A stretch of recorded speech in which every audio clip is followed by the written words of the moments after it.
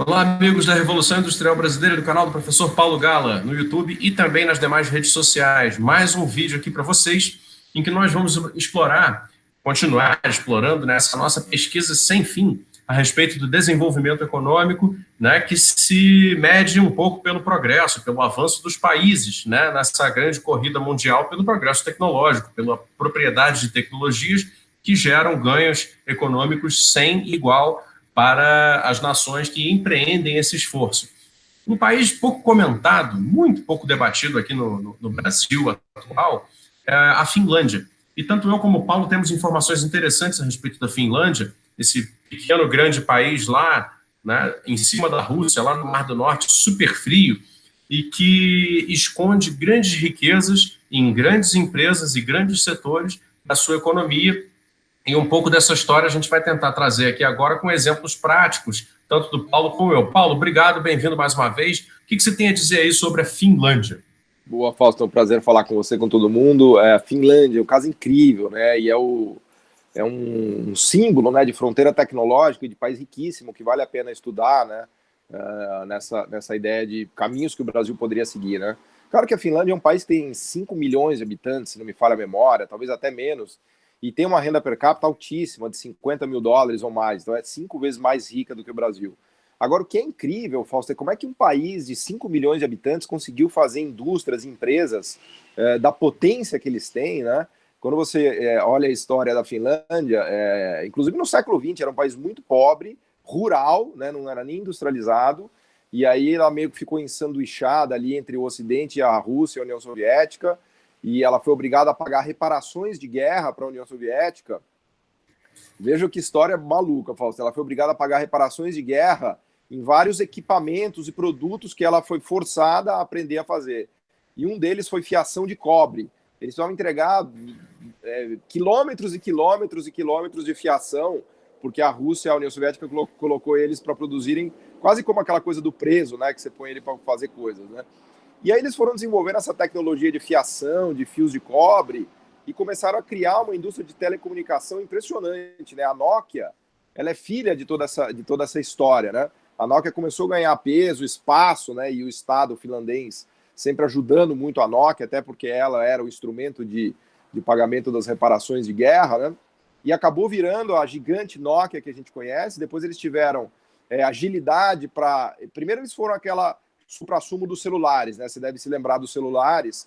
Nos 90 eles chegaram a ter, sei lá, metade do mercado mundial de celulares, ou um terço, assim, um negócio incrível, né? Se você pensar num país do tamanho da Finlândia, né? Como é que faz um aparelho celular e consegue conquistar o mundo com isso? Depois, esse business é muito violento, né? Como a gente sabe, e os celulares acabaram migrando para smartphones, né? Então, os celulares morreram praticamente, eles foram rápidos em vender a divisão de celulares para a Microsoft, que, aliás, deu tudo errado, né? A Microsoft só fez cagada, e hoje praticamente acho que ela nem faz mais celulares Nokia, e os finlandeses foram espertos o suficiente para ficar com a parte de telecom, desenvolvendo muito telecom, e hoje eles estão super bem posicionados para desenvolver o 5G, né? Junto com a Huawei da China e a Ericsson da Suécia, eles complementam o time de 3 notáveis, né? De 3 países notáveis e empresas capazes de fazer equipamentos de 5G, que vai ser a próxima geração da internet rápida, né? E vai ser fundamental nessa revolução, na 4ª revolução industrial, ou, sei lá, indústria 4.0, como a gente diz, né, Fausto, que é da internet das coisas. E tá aí, um caso fantástico, né? A Nokia, a Finlândia, um país pequenininho lá no Mar do Norte, um frio desgraçado. Eu tive lá em Helsinki, um lugar maravilhoso, né? Tive lá na catedral deles, um lugar incrível, incrível. Só que os dias duram 6 horas, né? Passa um frio desgraçado, mas é essa potência, né? Essa potência, enfim. E você tem casos aí vários, né? Que você sempre me ensina da coisa da perfuração, dos perfuratrizes, enfim. Fala um pouco sobre esse conhecimento da indústria finlandesa que você tem. Exatamente, assim, eu conheço e vou citar o caso específico de uma empresa multinacional finlandesa, famosa, assim, em termos, né? Porque é uma empresa que presta serviço a outras empresas, ela não produz nada de consumo final. Então não é uma marca que você vai ver no outdoor em nenhuma cidade. É a Metso. A Metso, na verdade, ela é derivada da primeira geração de industrialização finlandesa, que era muito metalúrgica, né?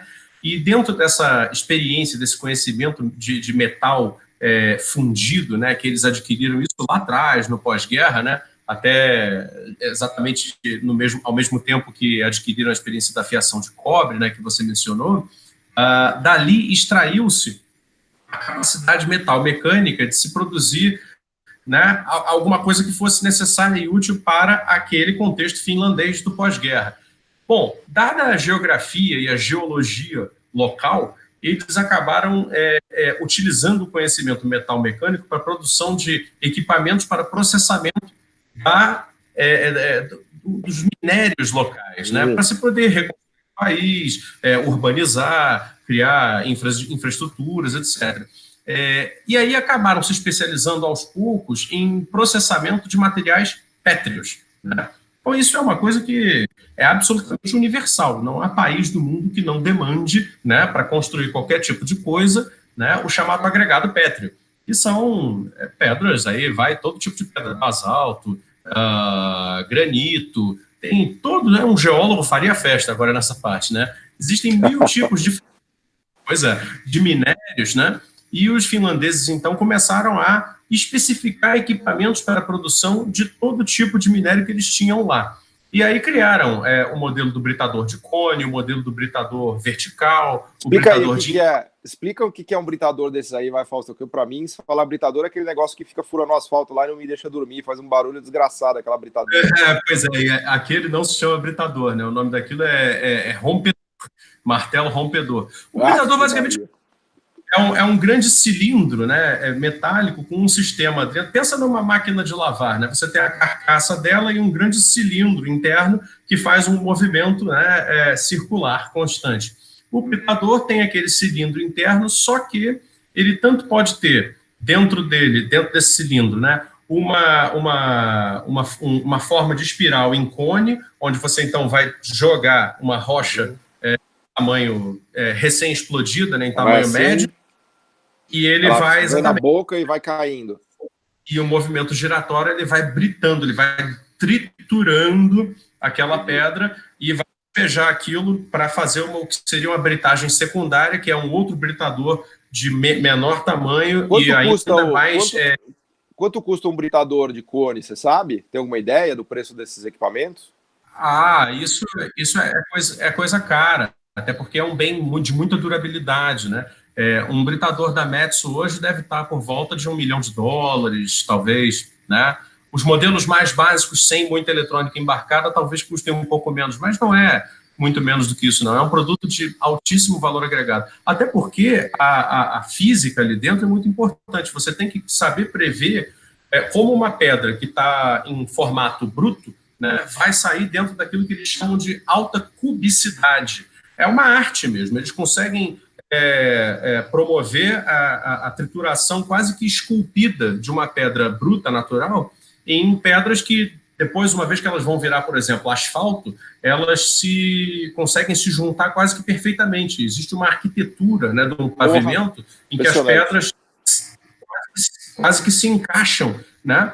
E você conseguir fazer isso com máquina, né, que tira de pedra natural, formato que ela saiu de uma pedreira por explosão, jogar dentro de um britador e ir transformando ela em até 4 estágios de britagem em pedras tão mínimas e quase cúbicas que quase que se encaixam, é um feito tecnológico e tanto, né? A Metso foi uma empresa que se especializou nisto.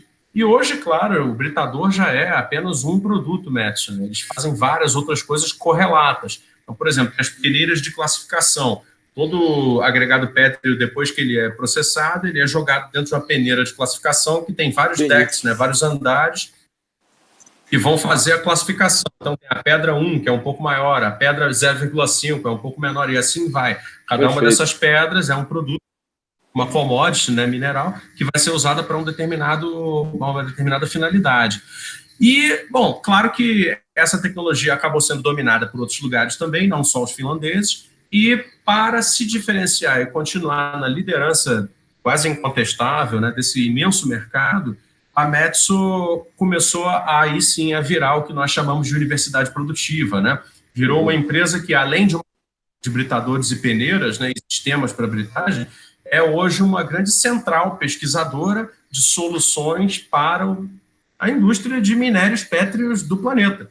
Então, ela é hoje capaz de instalar, fazer para você uma pedreira toda customizada, ela é capaz de pegar uma mineração de ferro e transformar numa base produtora como é que chama? Aqueles coques, né? Ela é capaz de te ajudar... Impressionante esse caso, né? Se você tem uma cimenteira, por exemplo, ela é capaz de transformar a sua pedreira numa unidade acessória para te dar todo o clinker que você precisa, que é aquele material que vai ser para fazer o cimento, pode fazer a moagem do próprio clinker, ou seja, ela tem uma aplicação quase que universal aí, em tudo. É dinheiro, né? É dinheiro, é valor que vale uma puta grana e deixa o país rico, né? É isso aí. Exatamente. Agora, esse valor, ele é conseguido hoje em dia através de uma conexão entre conhecimento aplicado e modelagens criativas, tanto de produto quanto de negócio. Então, esse é o caso que eu queria trazer da Metso finlandesa para ilustrar o sucesso aí da Finlândia, né? Fechado, lindo, Fausto. Falamos demais já, mas ficou maravilhoso aí o seu relato, né? Eu sempre fico maravilhado pelos relatos que você faz do mundo real, né? Por assim dizer, porque você, mais do que ninguém, você está lá dentro das empresas, então você conhece a máquina, você conhece o processo produtivo, você conhece o valor daquilo, né? Então eu acho esses seus relatos são fantásticos, né? Obrigado. Beleza, Paulo. Obrigado também, mais uma vez, a gente juntos aqui, parceria que vai se manter, não se dissolve. Vou também fechar rapidamente, porque já ficou bastante longo, é um assunto complexo, vamos deixar tempo para o pessoal digerir. Gente, obrigado, assinem os canais, curtam, coloquem no sininho, Paulo Gala no YouTube, Revolução Industrial Brasileira também no YouTube. Obrigado aí.